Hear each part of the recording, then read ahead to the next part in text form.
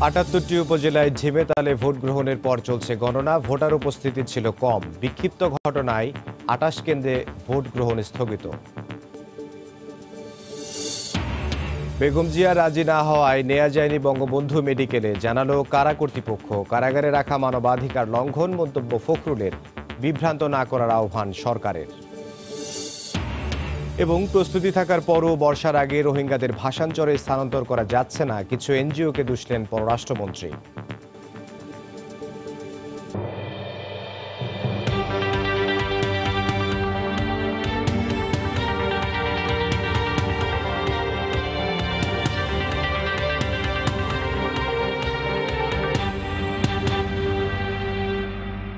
দেখছিলেন শিরোনাম। জনপদের সময়ের সঙ্গে আছে আমি ইমদাদুল হক। উপজেলা নির্বাচনের প্রথম দফায় ৭৮ উপজেলায় ভোট গ্রহণ শেষে চলছে গণনা। কেন্দ্রভিত্তিক ভোট গণনা শেষে তা পাঠানো হবে ফলাফল ঘোষণা কেন্দ্রে। সেখান থেকে জানানো হবে বেসরকারি ফলাফল। ইতোমধ্যে কিছু কিছু কেন্দ্রের গণনা শেষ হয়েছে।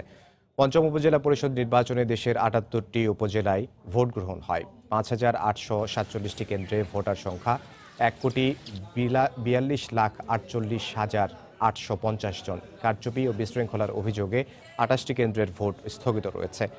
৭৮টি উপজেলায় চেয়ারম্যান পদে ২০৭ জন, ভাইস চেয়ারম্যান পদে ৩৮৬ জন এবং মহিলা ভাইস চেয়ারম্যান পদে ২৪৯ জন প্রার্থী প্রতিদ্বন্দ্বিতা করেন। এরই মধ্যে বিনা প্রতিদ্বন্দ্বিতায় চেয়ারম্যান পদে ১৯ জন, ভাইস চেয়ারম্যান পদে ৬ জন এবং মহিলা ভাইস চেয়ারম্যান পদে ৭ জন নির্বাচিত হয়েছেন।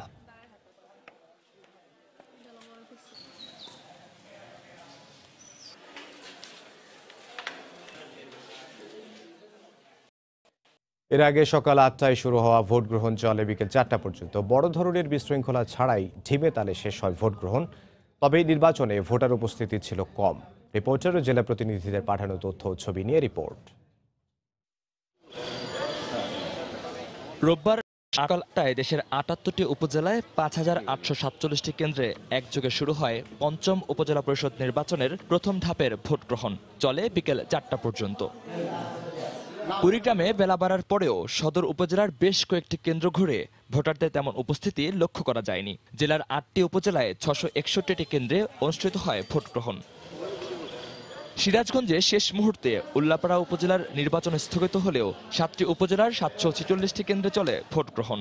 কারচুপির অভিযোগে স্থগিত করা হয় সদর উপজেলার একটি কেন্দ্রের ভোট। দায়িত্বে অবহেলার অভিযোগে আটক করা হয় প্রিজাইডিং কর্মকর্তা সহ ৩ জনকে। রোববার সকালে রাজশাহীতে ভোটার উপস্থিতি কিছুটা কম থাকলেও বেলা বাড়ার সঙ্গে সঙ্গে ভোট কেন্দ্রগুলো সরব হতে থাকে। কোথাও কোনো বিশৃঙ্খলার খবর পাওয়া যায়নি। নির্বিঘ্ন ভোট গ্রহণে ৮ উপজেলায় সতর্ক ছিল আইনশৃঙ্খলা বাহিনী। সুনামগঞ্জে পুলিশ, র্যাব, বিজেপির নিরাপত্তা বলের মধ্যে চলে শান্তিপূর্ণ ভোট গ্রহণ। জেলার ৯টি উপজেলায় চেয়ারম্যান ও ভাইস চেয়ারম্যান পদে লড়েন ১৩০ জন প্রার্থী। সকালে কম থাকলেও হবিগঞ্জে দুপুরের পর ভোটারদের উপস্থিতি ছিল চোখে পড়ার মতো। অপ্রীতিকর পরিস্থিতি মোকাবিলায় আইনশৃঙ্খলা রক্ষা বাহিনীর পাশাপাশি নিয়োজিত ছিলেন ৮ জন নির্বাহী ম্যাজিস্ট্রেট। এছাড়া নীলফামারী, নাটোর, জামালপুর, জয়পুরহাট, পঞ্চগড় ও নেত্রকোনা জেলার ৩৪টি উপজেলায় শান্তিপূর্ণভাবে শেষ হয়েছে ভোট গ্রহণ। মহিউদ্দিন মধু, সময় সংবাদ। প্রথম ধাপের উপজেলা নির্বাচনে ভোটার উপস্থিতি নিয়ে সন্তোষ প্রকাশ করেছে নির্বাচন কমিশন। বিকেলে ইসি সচিবালয়ে ভোট গ্রহণ পরবর্তী সংবাদ সম্মেলনে কমিশন সচিব হেলাল উদ্দিন আহমদ বলেন, অনিয়মের কারণে ২৮ কেন্দ্রের ভোট স্থগিত করা হয়েছে।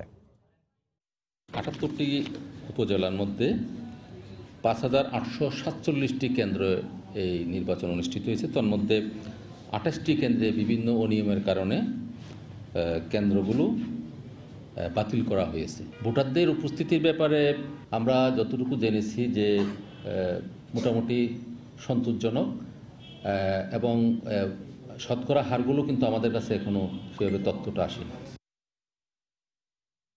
এই মুহূর্তে সুনামগঞ্জ জেলা প্রশাসকের নির্বাচনী কন্ট্রোল রুমে আছেন রিপোর্টার ইকরামুল কবির। সরাসরি যাচ্ছে তার কাছে। ইকরাম। ধন্যবাদ ইমদাদ। আমি এখন যেখানে দাঁড়িয়ে আছি এটা হচ্ছে গিয়ে জেলা প্রশাসকের সম্মেলন কক্ষ এবং এই কক্ষকেই উপজেলা নির্বাচন উপলক্ষে কন্ট্রোল রুম খোলা হয়েছে এবং এখান থেকেই ফলাফল ঘোষণা করা হবে। যদিও এখন পর্যন্ত ২-১টা কেন্দ্রের ফলাফল এসেছে বেসরকারিভাবে, কিন্তু চূড়ান্ত ফলাফল এখনও আসেনি। এই সুনামগঞ্জে যে 9টি উপজেলা নির্বাচন হয়েছে আজকে বিকেল 4টা পর্যন্ত নির্বাচন হওয়ার পরে ভোট গণনা প্রত্যেকটি কেন্দ্রে কেন্দ্রে ভোট গণনা হয়েছে। তারপরে যেই 9টি উপজেলা রয়েছে সেই উপজেলাগুলোতে প্রথমে ফলাফল যাবে। সেই উপজেলাতে ফলাফল যাওয়ার পরে কেন্দ্রগুলো ফলাফল যাওয়ার পরে এই 541টা কেন্দ্রের ফলাফল চূড়ান্ত ফলাফল আসবে এই ফলাফল সংগ্রহ ও পরিবেশন কেন্দ্রে। এবং এই পঞ্চম উপজেলা নির্বাচনে আজকে সারাদিন আমরা বিভিন্ন উপজেলায় ঘুরেছি, বিভিন্ন কেন্দ্রে আমরা দেখেছি মোটামুটি শান্তিপূর্ণভাবেই নির্বাচন অনুষ্ঠিত হয়েছে। সকালের দিকে একটু ভোটারের সংখ্যা কম ছিল, পরবর্তীতে বিকালের দিকে মোটামুটি ভোটারের সংখ্যা ভালো হয়েছে। প্রায় 50 থেকে 55 ভাগ ভোটারই তাদের ভোটাধিকার প্রয়োগ করেছে। এর মধ্যে 60টি ভোট কেন্দ্রে গোলযোগের কারণে স্থগিত করা হয়েছে। আমি সব কিছু বিষয় নিয়ে এবং সারাদিনে যে ভোট অনুষ্ঠিত হলো সব কিছু নিয়ে আমি কথা বলবো এই উপজেলা নির্বাচনের রিটার্নিং অফিসার শরীফুল ইসলামের সাথে। আপনাকে আমার সাথে যোগ দেওয়ার জন্য ধন্যবাদ জানাচ্ছি। আমাকে একটু বলবেন আপনি এই সারাদিন সকাল 8টা থেকে বিকাল 4টা পর্যন্ত নির্বাচন অনুষ্ঠিত, সব কিছু মিলিয়ে আপনাদের দৃষ্টিতে কেমন মূল্যায়ন, কেমন নির্বাচন হলো? ধন্যবাদ আপনাকে। সুনামগঞ্জ জেলায় যে আমাদের পঞ্চম উপজেলা পরিষদ নির্বাচন 2019-এর 4টি উপজেলার দায়িত্বে আমি ছিলাম রিটার্নিং অফিসার হিসেবে। আমার 4টি উপজেলার 207টি ভোট কেন্দ্রে আজকে সকাল 8টা থেকে 4টা পর্যন্ত বিরামহীনভাবে ভোট গ্রহণ চলেছে। আমার এই 207টি কেন্দ্রের মধ্যে আজকে 5টি কেন্দ্রের ফলাফল ভোট গ্রহণ আমরা বন্ধ রেখেছি। সেখানে সদর উপজেলার 2টি কেন্দ্র এবং সুনামগঞ্জ জেলার শাল্লা উপজেলার 3টি কেন্দ্রে এখানে ব্যালট পেপার দুষ্কৃতিকারী কর্তৃক ছিনতাই হয়ে যাওয়াতে আমরা ভোট গ্রহণের পরিবেশ স্বাভাবিক না থাকায় আমরা ভোট গ্রহণ বন্ধ রেখেছি এবং বাকি কেন্দ্রগুলিতে স্বাভাবিকভাবে ভোট গ্রহণ হয়েছে। এবং ইতিমধ্যে এআরও সাহেবগণ যারা স্টেট রিটার্নিং অফিসার বিভিন্ন উপজেলায় কর্মরত আছেন তারা ফলাফল গণনা করছেন এবং কিছুক্ষণের মধ্যে আশা করছি যে আমাদের ফলাফল আমাদের কন্ট্রোল রুমে চলে আসবে এবং ফলাফল আসলেই আমরা সেই ফলাফলটি আমরা ঘোষণা করব। এবং এই 5টি কেন্দ্রে বা 7টি কেন্দ্রের ফলাফল স্থগিত করা হয়েছে বা ভোট গ্রহণ স্থগিত করা হয়েছে, সামগ্রিকভাবে এই ফলাফল ঘোষণার ক্ষেত্রে কোনো বিরূপ প্রতিক্রিয়া বা কোনো ফলাফল স্থগিত করার ক্ষেত্রে কোনো সিদ্ধান্ত নেওয়া পড়তে পারে কিনা? আসলে শাল্লা উপজেলায় আমাদের টোটাল 36টি কেন্দ্র, 36টি কেন্দ্রের মধ্যে 3টি কেন্দ্রে ফলাফল স্থগিত করা হয়েছে এবং সুনামগঞ্জ সদরের 2টি কেন্দ্রে।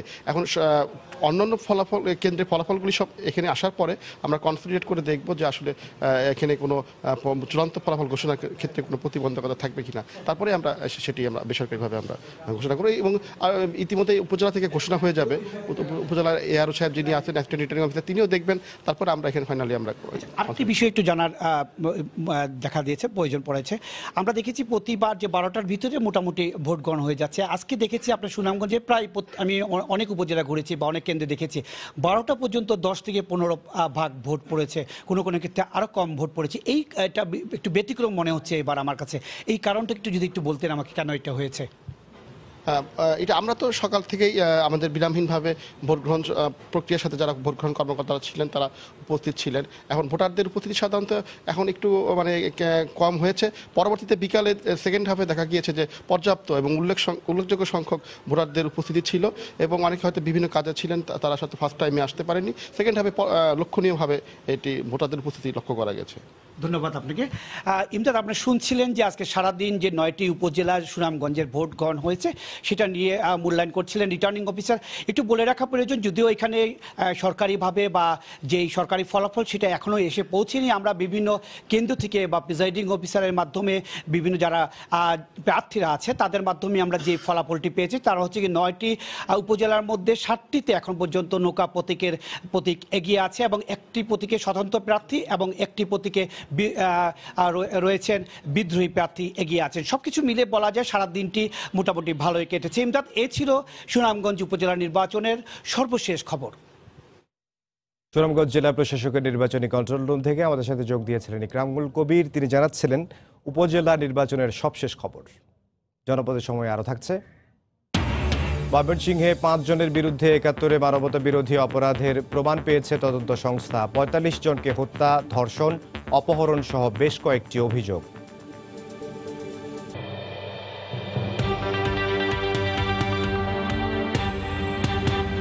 BNP chairperson Begum Khaleda Zia Bangabandhu medical বিশ্ববিদ্যালয় হাসপাতালে চিকিৎসা নিতে অনীহা প্রকাশ করায় স্বাস্থ্য পরীক্ষার জন্য আজ তাকে নেওয়া সম্ভব হয়নি। এ তথ্য জানিয়েছেন হাসপাতালের পরিচালক। বিএনপিপন্থী চিকিৎসক সংগঠন ড্যাবের নেতারা জানান বেগম জিয়া ইউনাইটেড হাসপাতালে চিকিৎসা নিতে ইচ্ছুক। চিকিৎসার জন্য বিএনপি চেয়ারপারসন বেগম খালেদা জিয়াকে আনার জন্য রোববার সকাল থেকে নিরাপত্তা জোরদার করা হয় নাজিমউদ্দিন রোডের পুরাতন কারাগার এলাকায়। প্রস্তুতি নেয় কারা কর্তৃপক্ষ। একই রকম নিরাপত্তা ব্যবস্থা ছিল বঙ্গবন্ধু শেখ মুজিব মেডিকেল বিশ্ববিদ্যালয় হাসপাতাল ঘিরে। কেবিন ব্লকের 622 নম্বর কক্ষটি প্রস্তুত করা হয় বেগম জিয়ার জন্য, কিন্তু বেলা 1টার কিছু আগে প্রত্যাহার করে নেওয়া হয় হাসপাতাল ঘিরে বাড়তি নিরাপত্তা। গণমাধ্যমের সঙ্গে কথা বলেন হাসপাতালের পরিচালক, জানান আসছেন না বেগম জিয়া। বেগম খালেদা জিয়ার এখানে আসার কথা ছিল, তো উনি আজকে আসবেন না। আমরা এখানে ওনাকে যে কোনো সময় আসলে সম্পূর্ণ প্রস্তুত আছি ওনাকে চিকিৎসা সেবা দেওয়ার জন্য। তারা বলছেন যে উনি অসুস্থ, আপনাদের বঙ্গবন্ধুতে উনি ভর্তি হবেন, সেই অনুযায়ী আমরা প্রস্তুত ছিলাম, কিন্তু এখন আমাদের কাছে কারা কর্তৃপক্ষ জানিয়েছে যে উনি আজকে আসবেন। বিএনপিপন্থী চিকিৎসক সংগঠন ড্যাবের আহ্বায়ক জানান বেগম জিয়া খুবই অসুস্থ, তিনি বেসরকারি হাসপাতাল ইউনাইটেডে চিকিৎসা নিতে চান। ওনার যে ইচ্ছা এবং বেশ কিছুদিন আগে যে বিশেষজ্ঞ টিম গেছিল ডক্টর প্রফেসর AFM সিদ্দিকীর নেতৃত্বে, ওনারাও কিন্তু স্পষ্টভাবে বলছিল যে ওনাকে ইউনাইটেড হাসপাতালে ভর্তি করতে, কারণ ইউনাইটেড হাসপাতালে উনি সবসময় চিকিৎসা নিয়ে থাকেন। উনি বিশেষায়িত একটা হসপিটালে গেলে তার ব্যক্তিগত চিকিৎসকের সাথে বাংলাদেশের সেরা চিকিৎসকদের সমন্বয়ে একটি মেডিকেল বোর্ড, সুন্দর একটি মেডিকেল বোর্ড করে তার মাধ্যমে উনি চিকিৎসা নিতে চাচ্ছেন বলে আমি মনে করছি। গেল সপ্তাহে বেগম জিয়ার সুচিকিৎসার দাবি করে স্বরাষ্ট্রমন্ত্রীর সঙ্গে দেখা করেন বিএনপির মহাসচিব মির্জা ফখরুল ইসলাম আলমগীর সহ দলটির 6 জন নেতা। কারাগারে যাওয়ার পর এর আগেও বিভিন্ন সময় বেগম জিয়াকে বঙ্গবন্ধু শেখ মুজিব মেডিকেলে চিকিৎসা সেবা দেওয়া হয়। খান মোহাম্মদ রুমেল, সময় সংবাদ, ঢাকা। এদিকে বিএনপি মহাসচিব মির্জা ফখরুল ইসলাম আলমগীর জানিয়েছেন বেগম খালেদা জিয়া অসুস্থ, তিনি সোজা হয়ে বসতে পারছেন না। ঢাকা রিপোর্টার্স ইউনিটিতে সকালে এক অনুষ্ঠানে কথা বলেন তিনি। মির্জা ফখরুল বলেন, অসুস্থ বেগম জিয়াকে কারাগারে রাখা মানবাধিকার লঙ্ঘন। দেশনেত্রী বেগম খালেদা জিয়া কারাগারে অত্যন্ত অসুস্থ। তিনি এত অসুস্থ যে তিনি এখন সোজা হয়ে বসতে পারেন না, তাকে আলাদা সাহায্যকারী দরকার হয় যারা তাকে বিছানা থেকে তুলতে হয়। একটা সলিটারি নির্জন একটা কারাগারে তাকে রাখা হয়েছে, যেটা মানব অধিকারের সুস্পষ্ট লঙ্ঘন। দেশে যদি সত্যিকার অর্থেই সুন্দর একটা পরিবেশ সৃষ্টি করতে চান, একটা গণতান্ত্রিক আবহাওয়া সৃষ্টি করতে চান, তাহলে অবিলম্বে দেশনেত্রী বেগম খালেদা জিয়াকে মুক্তি দিতে হবে। বেগম খালেদা জিয়ার চিকিৎসা নিয়ে জনগণকে বিভ্রান্ত না করতে বিএনপি নেতাদের প্রতি আহ্বান জানিয়েছেন তথ্যমন্ত্রী ডক্টর হাসান মাহমুদ। জাতীয় প্রেস ক্লাবে সকালে বঙ্গবন্ধু সাংস্কৃতিক জোটের এক আলোচনা সভায় বক্তব্য রাখেন তিনি। বেগম খালেদা জিয়ার চিকিৎসার বিষয়ে সরকার আন্তরিক বলেও মন্তব্য করেন তিনি। বহু আগে থেকে তার হাঁটুর ব্যথা, এই হাঁটুর ব্যথা নিয়েই তিনি 2বার প্রধানমন্ত্রীর দায়িত্ব পালন করেছেন, তিনি 2বার বিরোধী দলীয় নেত্রীর দায়িত্ব পালন করেছেন, এবং তিনি বিএনপির মতো একটি দলের চেয়ারপারসনের দায়িত্ব পালন করেছেন। এটি কোনো নতুন অসুখ নয়। এরপরও বেগম খালেদা জিয়ার পরিপূর্ণ সুস্থতার জন্য সরকার অত্যন্ত আন্তরিক। আবারও উপজেলা নির্বাচনের খবর। প্রথম দফায় দেশের 78 উপজেলায় ভোট গ্রহণ শেষে চলছে গণনা। এই মুহূর্তে আছে জেলা প্রশাসকের কার্যালয়ে আছেন রাকিবুল হাসান, সরাসরি যাচ্ছি তার কাছে। রাকিব। ইমদাদ, আপনাকে ধন্যবাদ।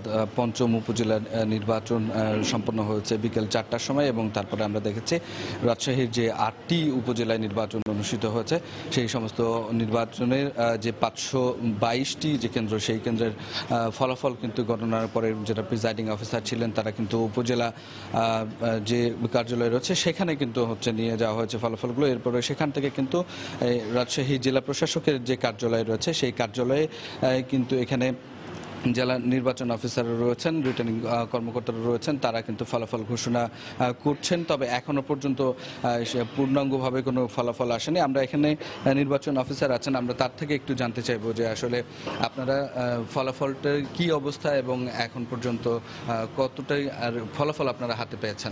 রাজশাহী জেলায় যে আমাদের 8টি উপজেলা পরিষদ নির্বাচন, আপনি যেটা বলেছেন যে 522টি ভোট কেন্দ্র, এর মধ্যে আমাদের 2টি উপজেলায় 2টি ভোট কেন্দ্র আমরা অনিয়মের কারণে স্থগিত করেছি, আর 520টি ভোট কেন্দ্রে শান্তিপূর্ণ পরিবেশে ভোট গ্রহণ হয়েছে।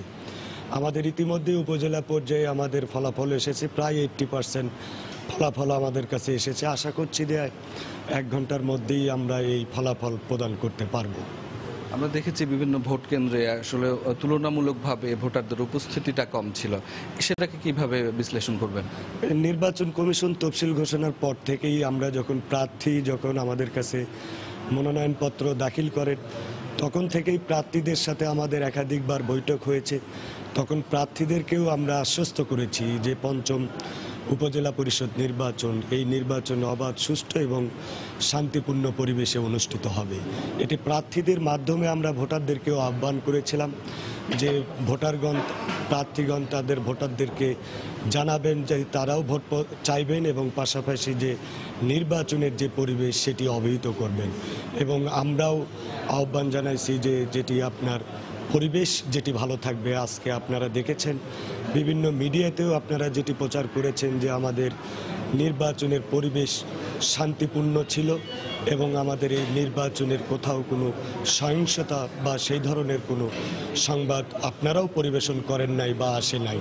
তো যেটি বিশ্লেষণ সর্বশেষ যেটি বিষয় যে প্রার্থীগণ হয়তোবা ভোটারদের কাছে সেই ধরনের প্রচারণায় তারা হয়তো দোরগোড়ায় পর্যন্ত পৌঁছতে পারেনি, এটাও একটি কারণ হইতে পারে। এছাড়া আমরা কিন্তু শুনেছি যে তানোরে এবং গোদাগাড়িতে একটি কেন্দ্র এবং তানোরে একটি সংঘর্ষ এবং নির্বাচন পরবর্তী মন্ডুমালা এলাকায় মানে দুটি প্রার্থীর যারা সমর্থক তারা কিন্তু মুখোমুখি অবস্থান করছে। তো আপনাদের আসলে কি মনে হয় যে আইন শৃঙ্খলা পরিস্থিতি পরবর্তীতে আপনারা সেটি নিয়ন্ত্রণে রাখতে পেরেছেন কিনা? দেখেন, আমাদের এই গোদাগাড়ি এবং তানোর যেটি আমাদের আইন শৃঙ্খলা যেটি বললেন, আজকে কিন্তু আমাদের গোদাগাড়ির একটি কেন্দ্রও কিন্তু আমরা বন্ধ করেছি, যেটি কেন্দ্র অনিয়মের কারণে। এবং সারাদিন আমাদের যেটি কেন্দ্রের আইন শৃঙ্খলা পরিস্থিতি তথা নির্বাচনী এলাকার পরিস্থিতি স্বাভাবিক ছিল, ঠিক তেমনিভাবে তানোরেও স্বাভাবিক ছিল। আর দিনের যে একটি ঘটনা ঘটেছিল, এটি জমাজমি নিয়ে একটি ঘটনা ছিল উভয় পক্ষের মধ্যে, যেটি আপনারাও এটি পরবর্তীতে জানতে পেরেছেন। এবং এখন যে কথাটি বললেন যেটি মুন্ডমালায়, এটি আমাদের রিজাল্ট। প্রশ্ন আপনার কাছে সেটি হচ্ছে যে দুটো উপজেলা ইতোমধ্যেই বিনা প্রতিদ্বন্দ্বিতায় নির্বাচিত হচ্ছে, বাঘা এবং মোহনপুর। বাকি যে উপজেলাগুলো রয়েছে সেখানে আসলে প্রাথমিকভাবে আমরা জানতে পারি কিনা যে কারা এগিয়ে আছে বা কোন প্রতীকের প্রার্থীরা এগিয়ে আছে? যে আমাদের যে প্রাথমিক যে ফলাফল যেটি আমাদের উপজেলা নির্বাচন অফিস বা সহকারী রিটার্নিং অফিসার যেটি কম্পাইল করছে, এখন পর্যন্ত আমাদের যে 80% যে রেজাল্ট রয়েছে, সেখানে আমাদের যে 6টি উপজেলায় সেখানে নৌকার প্রার্থী এগিয়ে রয়েছে। ধন্যবাদ আপনাকে আমাদের সঙ্গে অংশ নেওয়ার জন্য। ইমদাদ, আপনি শুনছিলেন যে আসলে যে নির্বাচন রিটার্নিং কর্মকর্তা ছিলেন তিনি বলছেন যে প্রায় 80% ফলাফল তাদের হাতে এসেছে এবং অল্প কিছুক্ষণের মধ্যে হয়তো আনুষ্ঠানিকভাবে তারা ফলাফলগুলো ঘোষণা করবেন। এবং এর পাশাপাশি আমরাও যে সমস্ত ফলাফলগুলো পেয়েছি সেখানেও আসলে প্রাথমিকভাবে দেখা যাচ্ছে যে যারা সরকার দলীয় যে প্রার্থীরা রয়েছেন নৌকা প্রতীকে তারা কিন্তু বেশ এগিয়ে রয়েছেন এবং তাদের যে নিকটতম প্রতিদ্বন্দ্বী তাদের সাথে কিন্তু ভোটের একটি বড় পার্থক্য রয়েছে। তাছাড়া এখন পর্যন্ত বিচ্ছিন্ন একটি দুটি ঘটনা ছাড়া কিন্তু শান্তিপূর্ণভাবেই নির্বাচন অনুষ্ঠিত হচ্ছে। আমরা অপেক্ষায় থাকবো এটির চূড়ান্ত ফলাফলের জন্য এবং সেটি হাতে পেলে আমরা দর্শকদেরকে জানিয়ে দেবো। ইমদাদ, এই ছিল আমার কাছে রাজশাহী থেকে সর্বশেষ। রাজশাহী জেলা প্রশাসকের কার্যালয় থেকে আমাদের সাথে যোগ দিয়েছিলেন রাকিবুল হাসান। তিনি জানাচ্ছিলেন উপজেলা নির্বাচনের সবশেষ খবর। জনপদের সময় আরও থাকছে। জেটি না থাকা সহ নানা সমস্যায় জর্জরিত কক্সবাজারের একমাত্র মৎস্য অবতরণ কেন্দ্র গুনতে হচ্ছে লোকসান। দ্রুত সমস্যা সমাধানের দাবি মৎস্যজীবীদের।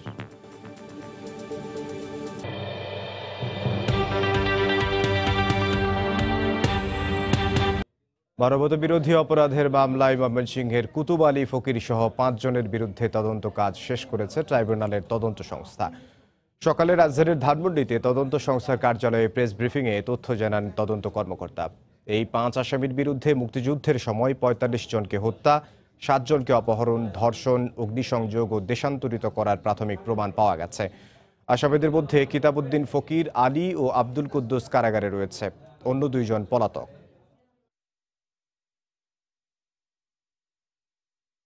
সব প্রস্তুতির পরেও এনজিওগুলোর অসহযোগিতায় বর্ষার আগে রোহিঙ্গাদের ভাসানচরে স্থানান্তর করা যাচ্ছে না। সকালে রাজধানীতে এক অনুষ্ঠানে কথা জানান পররাষ্ট্রমন্ত্রী AK আব্দুল মোমেন। রোহিঙ্গাদের নিজ দেশে নিরাপদ প্রত্যাবাসনের ব্যাপারে দৃঢ় প্রত্যয় ব্যক্ত করেন তিনি। মিয়ানমার সেনাবাহিনীর বিচারের বিষয়ে আন্তর্জাতিক অপরাধ আদালত আইসিসিকে সহায়তা দেওয়ার কথাও জানান পররাষ্ট্রমন্ত্রী। মিয়ানমার সেনাবাহিনীর নির্যাতনের মুখে বাংলাদেশে পালিয়ে আসা 10 লাখেরও বেশি রোহিঙ্গা বর্তমানে বসবাস করছে কক্সবাজারের 30টি ক্যাম্পে। এতে স্বাস্থ্য ও পরিবেশগত ঝুঁকিসহ সৃষ্টি হচ্ছে নানা সমস্যার। এ অবস্থায় রোহিঙ্গাদের জন্য নোয়াখালীর ভাসানচরে প্রায় 10,000 একর জায়গায় আবাসনের কাজ করছে সরকার। প্রায় 1 লাখ রোহিঙ্গার বসবাসের জন্য নির্মাণ করা হয়েছে 1440টি টিন শেড পাকা ঘর। চরকে ঝড় ও জলোচ্ছ্বাস থেকে নিরাপদে রাখতে নির্মাণ করা হয়েছে 14 কিলোমিটার বেড়ি বাঁধ ও 4 তলা বিশিষ্ট 120টি ঘূর্ণিঝড় আশ্রয় কেন্দ্র। তবে সব প্রস্তুতির পরও এনজিওগুলোর অসহযোগিতার কারণে রোহিঙ্গাদের স্থানান্তরের বিষয়টি এখনো অনিশ্চিত বলে জানান পররাষ্ট্রমন্ত্রী। আমরা চেষ্টা করছি তাড়াতাড়ি ভাসানচরের কাজটা শেষ করতে, এবং শেষ করলে পরে আমাদের বিশ্বাস এই বৃষ্টির আগে যদি 1 লক্ষ যায় তাহলে তারা যারা যাবে এরা শান্তিতে থাকবে। বহু এনজিও বলছে যে ওখানে তোমরা যেও স্থায়ীভাবে না, তাদের সেইখানে আমরা টেম্পোরারি যতদিন এখানে আছে তারা কিছু কাজকর্ম করুক। রোহিঙ্গাদের বিরুদ্ধে মিয়ানমার সেনাবাহিনীর গণহত্যার বিষয়টি তদন্ত করতে বর্তমানে বাংলাদেশে অবস্থান করছে আইসিসির প্রতিনিধি দল। মন্ত্রী বলছেন, বিচার নিশ্চিতে আইসিসিকে সহযোগিতা করবে বাংলাদেশ। ওআইসি আপনার একটা রেজলিউশন অ্যাডপ্ট করে মায়ানমারের পারসিকিউশন হয়েছে এর উপরে একটা আপনার আইসিসি ইনভেস্টিগেশন হবে। তারা ফ্যাক্ট ফাইন্ডিং করবেন আসলে কি হয়েছে, তখন কোর্ট একটা জাজমেন্ট দিলে পরে একটা প্রেশার ক্রিয়েট হবে। সরকার বলছে ভাসানচরে স্থানান্তরিত রোহিঙ্গাদের মাছ ধরা সহ বিভিন্ন অর্থনৈতিক কর্মকাণ্ডে সম্পৃক্ত করতে পারলে কমবে নিরাপত্তা ঝুঁকি। শুভ খান, সময় সংবাদ, ঢাকা। নানা সমস্যায় জর্জরিত কক্সবাজারের একমাত্র মৎস্য অবতরণ কেন্দ্রটি। ঝুঁকিপূর্ণ ভবন ও মাছ ওঠানামার জেটি না থাকায় লোকসানে পড়েছেন স্থানীয় মৎস্যজীবীরা। দ্রুত আধুনিক মৎস্য অবতরণ কেন্দ্র নির্মাণের দাবি তাদের। আর মৎস্য বিভাগ বলছে, সমস্যার বিষয়ে ঊর্ধ্বতন কর্তৃপক্ষকে লিখিতভাবে জানানো হয়েছে। সুজাউদ্দিন রুবেলের তথ্য, মোহাম্মদ ফরাজের ছবি নিয়ে রিপোর্ট। কক্সবাজার শহরের বাঁকখালী নদীর পশ্চিম তীরে 1965-66 অর্থ বছরে স্থাপন করা হয় মৎস্য অবতরণ কেন্দ্র। জেলার অধিকাংশ জেলে, শ্রমিক, মৎস্য ব্যবসায়ী ও ট্রলার মালিক প্রত্যক্ষ বা পরোক্ষভাবে এই কেন্দ্রে মাছ অবতরণ, ক্রয় বিক্রয়ের মাধ্যমে জীবিকা নির্বাহ করেন। এছাড়াও দেশের বিভিন্ন জেলায় মাছ সরবরাহ সহ বিদেশে মৎস্য রপ্তানিতেও একমাত্র ভরসা এটি। কিন্তু গুরুত্বপূর্ণ এই মৎস্য অবতরণ কেন্দ্রটি দীর্ঘদিন ধরে নানা সমস্যায় জর্জরিত। মাছ ওঠানামাজ করার জন্য আমাদের খুব সমস্যা হইতেছে। বিভিন্ন রকম এখানে বুট ভেড়ার জায়গা নেই, ছোট নৌকা করে মাছ নামাতে হয়। এখন আমাদের প্রচুর পরিমাণ টাকা খরচ বেশি হয়। পল্টনটা খুবই ঝুঁকিপূর্ণ এবং এক সাইডে অলরেডি পড়ে গেছে। এ অবস্থায় দ্রুত আধুনিক মৎস্য অবতরণ কেন্দ্র নির্মাণের দাবি মৎস্য ব্যবসায়ী সমিতির নেতার। যেটির সমস্যা এটা দীর্ঘদিনের। যারা আমাদের শ্রমিকরা রয়েছে তারা মাছ ওঠানামার মধ্যে প্রচুর পরিমাণ কষ্ট হচ্ছে, অনেক লেবার আহত হয়েছেন। মৎস্য অবতরণ কেন্দ্রের ব্যবস্থাপক দায়সারা জবাব দিয়ে জানালেন, সমস্যার বিষয়ে ঊর্ধ্বতন কর্তৃপক্ষকে লিখিতভাবে জানানো হয়েছে। একটা নতুন মৎস্য অবতরণ কেন্দ্র করার জন্য আমরা চিঠি উদ্ভাবন করছি এবং এ ব্যাপারে প্রধান কার্যালয় এটা নিয়ে কাজ করছে, হয়তো শীঘ্রই এটা হতে পারে। ফিশিং ট্রলার মালিক সমিতির দেয়া তথ্য মতে গত 5 বছর আগেও কক্সবাজার মৎস্য অবতরণ কেন্দ্রে প্রতিদিন ভিড় করত শতাধিক মাছ ভর্তি ট্রলার। কিন্তু এখন নানা সমস্যার কারণে তা নেমে দাঁড়িয়েছে 15 থেকে 20টিতে। সময় সংবাদ, কক্সবাজার। সদরঘাটে লঞ্চের ধাক্কায় নৌকাডুবির ঘটনায় শাহিদা নামে আরও এক নারীর লাশ উদ্ধার করা হয়েছে। এ নিয়ে নিখোঁজ 6 জনের লাশই উদ্ধার করা হলো। সকালে ফায়ার সার্ভিস, কোস্টগার্ড ও নৌবাহিনী তৃতীয় দিনের মতো বুড়িগঙ্গায় উদ্ধার অভিযান চালায়। সকাল 10টার দিকে দক্ষিণ কেরানীগঞ্জ এলাকা থেকে শাহিদার লাশ উদ্ধার করে পুলিশের কাছে হস্তান্তর করা হয়। বৃহস্পতিবার রাতে রাজধানীর সদরঘাটে লঞ্চের ধাক্কায় নৌকাডুবিতে একই পরিবারের 6 জন নিখোঁজ হয়। এ ঘটনায় আহত শাহজালাল রাজধানীর পঙ্গু হাসপাতালে ভর্তি আছেন।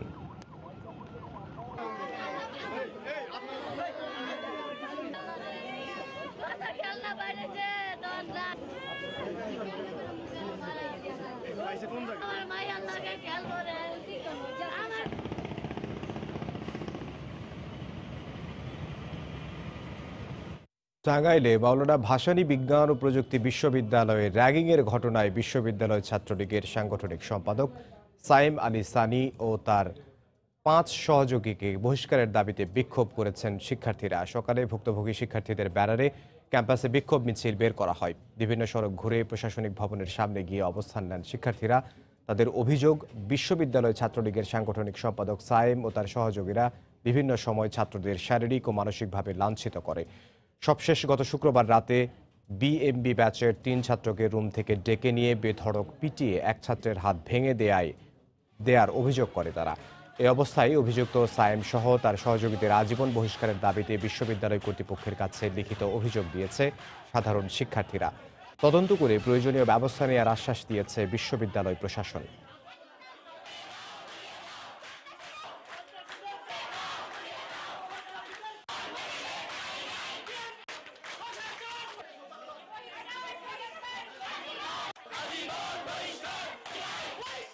গায়ে হাত তুলছে, তারপর আমাদের স্ট্যাম্পে বেদম পিটাইছে। শুধু এই 3 জন না, এর আগেও 6 জনকে টর্চার করা হয়েছে। আমরা এটা সুষ্ঠু বিচার চাই, যারা যারা এটার সাথে সংশ্লিষ্ট ছিল তাদের বহিষ্কার চাই। আমরা তাদের দৃষ্টান্তমূলক শাস্তি চাই এবং স্থায়ীভাবে বহিষ্কার চাই। তথ্যপত্র বিচার বিশ্লেষণ করে যারা সঠিক দোষী তাদের আমরা বিশ্ববিদ্যালয়ে যে প্রচলিত নিয়ম আছে, প্রক্টর নীতিমালা আছে, সেই অনুযায়ী তাদেরকে আমরা শাস্তির আওতায় নিয়ে আসবো। এই ঘটনায় ছাত্রলীগ নেতা সহ 6 জনকে বহিষ্কার করেছে বিশ্ববিদ্যালয় কর্তৃপক্ষ। বেসরকারি বিশ্ববিদ্যালয়ে আইন মেনে সবাইকে সঠিকভাবে কার্যক্রম পরিচালনার আহ্বান জানিয়েছেন শিক্ষামন্ত্রী ডাক্তার দীপু মনি। সকালে চট্টগ্রামে বেসরকারি বিশ্ববিদ্যালয় ইস্ট ডেল্টার প্রথম সমাবর্তন অনুষ্ঠানে তিনি একথা বলেন। এ সময় তিনি আরও বলেন, মাদক, সন্ত্রাস ও জঙ্গিবাদ থেকে দূরে থেকে শিক্ষার্থীদের মানবিকতা, নৈতিকতা ও দেশপ্রেমে জাগ্রত করে জীবন গড়ে তুলতে হবে। এ সময় বিশ্ববিদ্যালয় মঞ্জুরি কমিশনের চেয়ারম্যান আব্দুল মান্নান ও কথা সাহিত্যিক ইমদাদুল হক মিলন উপস্থিত ছিলেন।